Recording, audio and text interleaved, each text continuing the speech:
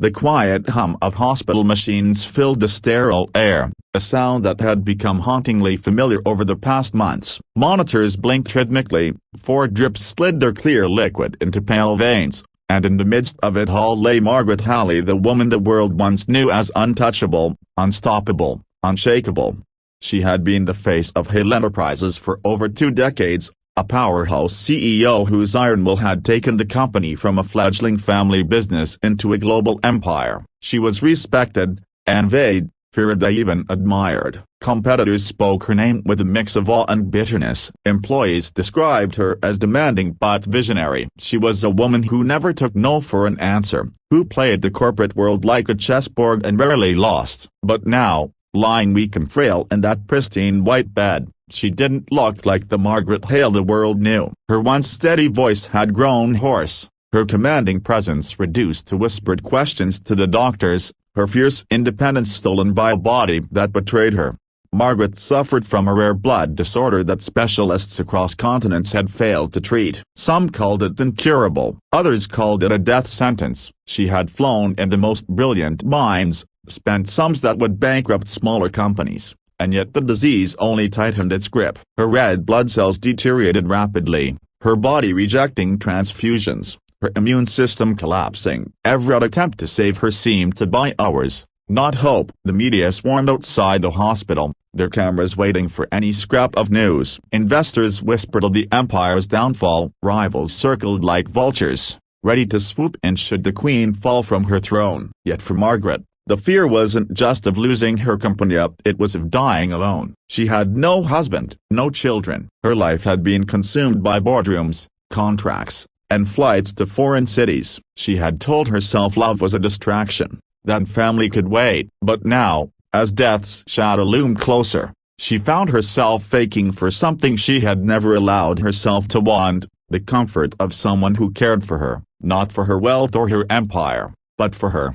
And then, in the most unexpected way, fate answered. Down the hall, in a crowded waiting room where people came and went without ever knowing who lay behind those guarded doors, a man sat with his 10-year-old daughter. His name was Ethan Cole, a veteran, a single father, and a man who had known both the battlefield and the quiet battles of everyday survival. Ethan's life was simple, though far from easy. He worked odd jobs to keep food on the table and to cover his daughter Lily's medical needs. She was a bright-eyed girl with boundless curiosity and a smile that could disarm even the hardest hearts. But she had been born with a chronic condition that required frequent hospital visits. Ethan had carried her through deserts and across oceans during his years of service, and now every ounce of his strength was devoted to her.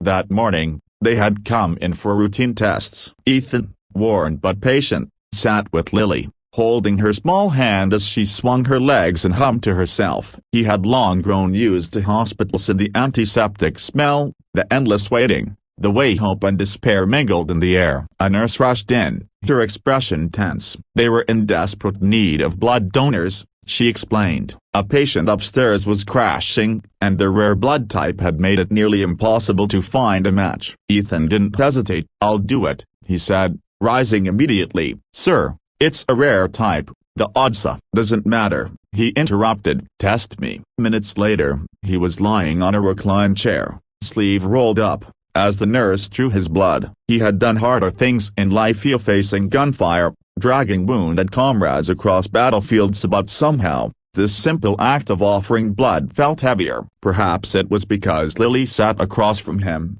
watching why died, proud of her father's willingness to help someone he didn't even know.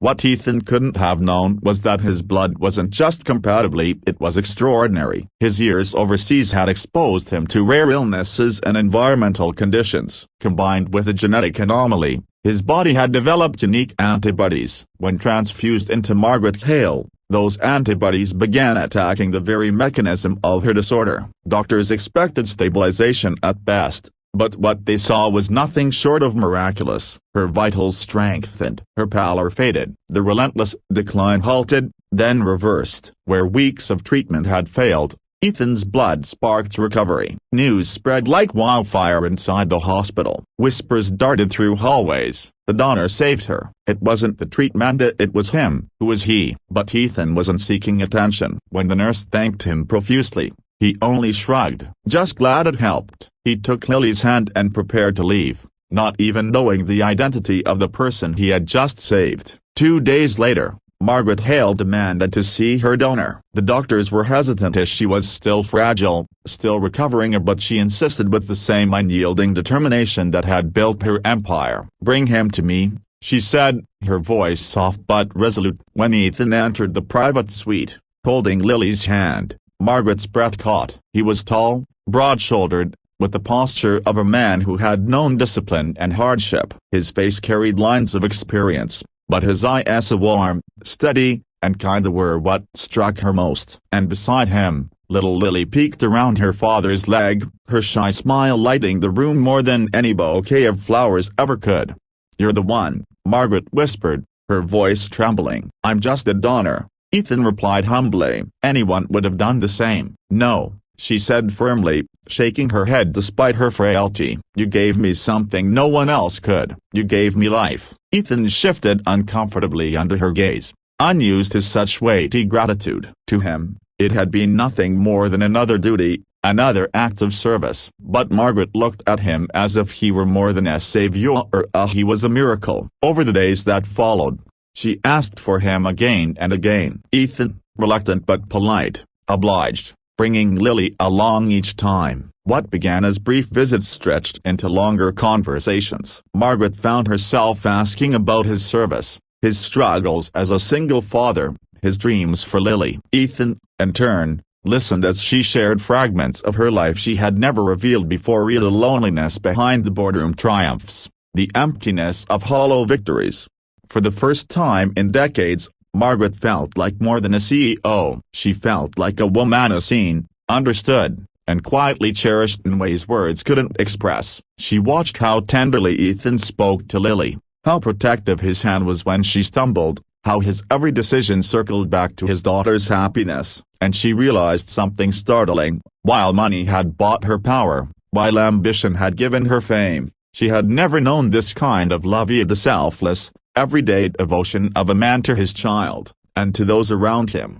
But the world outside Margaret's hospital suite wasn't blind. Reporters caught glimpses of Ethan escorting Lily through the halls. Rumors spread. The CEO and the mysterious donor. Board members whispered, questioning her judgment. Investors speculated nervously. And yet, Margaret didn't care. Not anymore. Because in Ethan's presence, something within her stirred that no medicine could have cured. Gratitude had been the first spark. Curiosity the second. But now, as she watched him laugh softly at one of Lily's jokes, as she listened to his steady voice telling stories of survival and resilience, Margaret Hale realized the unthinkable.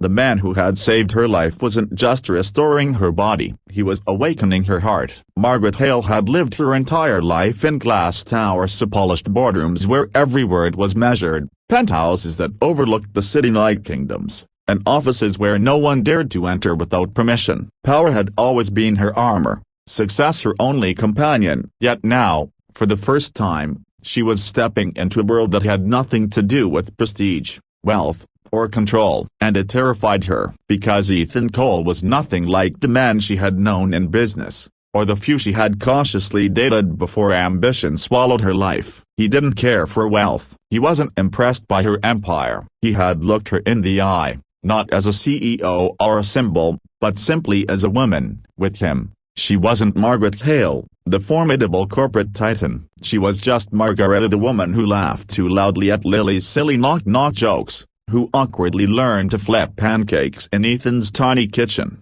who found herself sitting on a worn couch with a bowl of popcorn, watching cartoons she hadn't seen since childhood. And for Ethan, she wasn't a billionaire whose name dominated headlines. She was a person who had nearly slipped away but was clinging fiercely to a second chance at life. The days turned into weeks, and their connection deepened. Margaret invited Ethan and Lily into her recovery process, insisting they remain close. Lily, with her boundless warmth, became a light in Margaret's otherwise sterile hospital room. She drew pictures for her, told her stories about school, even scolded her gently for not finishing her soup. Ethan, steady and calm, became the grounding force she never knew she needed. But as their bond grew stronger, the world outside grew colder. The board of Hale Enterprises, those polished men and women who had once bowed to her authority, began to murmur. Investors grew restless. Stockholders demanded stability. Whispers spread like wildfire. Why was their Shah still fragile, still recovering, spending her time with the penniless veteran and his sickly child? One morning, as she prepared for her first return to the office, they staged what was essentially an intervention. The entire boardroom was filled, their tailored suits and clipped voices carrying the weight of judgment. "Margaret," said Charles Wentworth, the oldest member of her board and a man she had once considered an ally, "this relationship via broken bar cultivated is compromising your image.